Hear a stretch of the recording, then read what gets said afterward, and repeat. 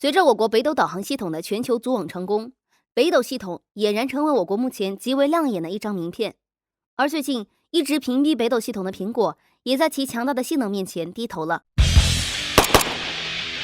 在北京时间10月14日凌晨，苹果公司在发布会上 iPhone 12正式亮相，而其中2个特点，一个是该机型是苹果首款明确写入支持北斗系统的苹果手机产品，另一个则是该机型首次支持5G 网络。这个特点，库克还专门用兴奋不已来形容。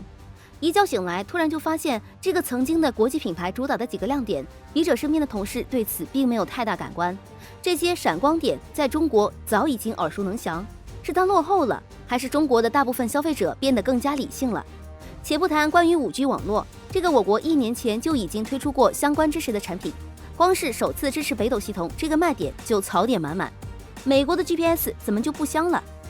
关于北斗的优势，本文就不做详细描述了，毕竟网上已经一大堆相关内容，也省得被好事者说是自卖自夸。举一个侧面例子，就能看出北斗全球定位系统的强大性能，常年把中国列为强劲对手的美军。事情最早是在今年3月份，美国军事网站防务1号的报道中透露，美国空军作战司令部负责人詹姆斯·霍斯姆上将就对外透露，美军 U2 侦察机已经将中国的北斗卫星导航系统作为备用系统。而原因就有些哭笑不得了。詹姆斯·霍姆斯这位美空军上将公开批评过 U2 侦察机在执行任务时配套使用的美国全球卫星定位系统 GPS 经常性失灵，这让美军方面十分头秃。为了不影响紧急时刻的使用，不得不将中国的北斗系统当作备用系统。不过该上将也明确指出，美国飞行员配套的北斗卫星导航系统采用了特殊机制，不会被用于定位美军战机，防止泄密。当年爱搭不理，现在高攀不起，美国空军直呼真香。额外说一句，相比于喜欢意识形态挂帅的一众美国高层，这位詹姆斯·霍姆斯上将其实在美军之中算是比较富有远见的一位。早在2011年底，时任美国海军军事学院副教授的詹姆斯·霍姆斯就曾亲自撰写报告，提醒美军，中国很可能在本世纪中叶转变为一支全球不可忽视的力量，美国需要早做打算。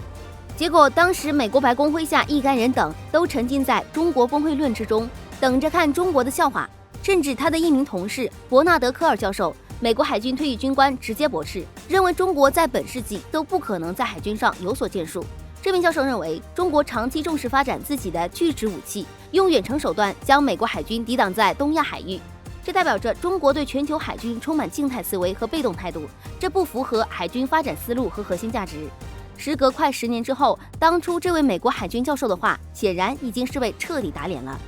而从苹果和美国空军这2个例子来看，随着中国科技的发展，硬实力的方方面面体现，那些常年听信西方媒体污蔑和造谣的人，终究会有大喊真香的一天。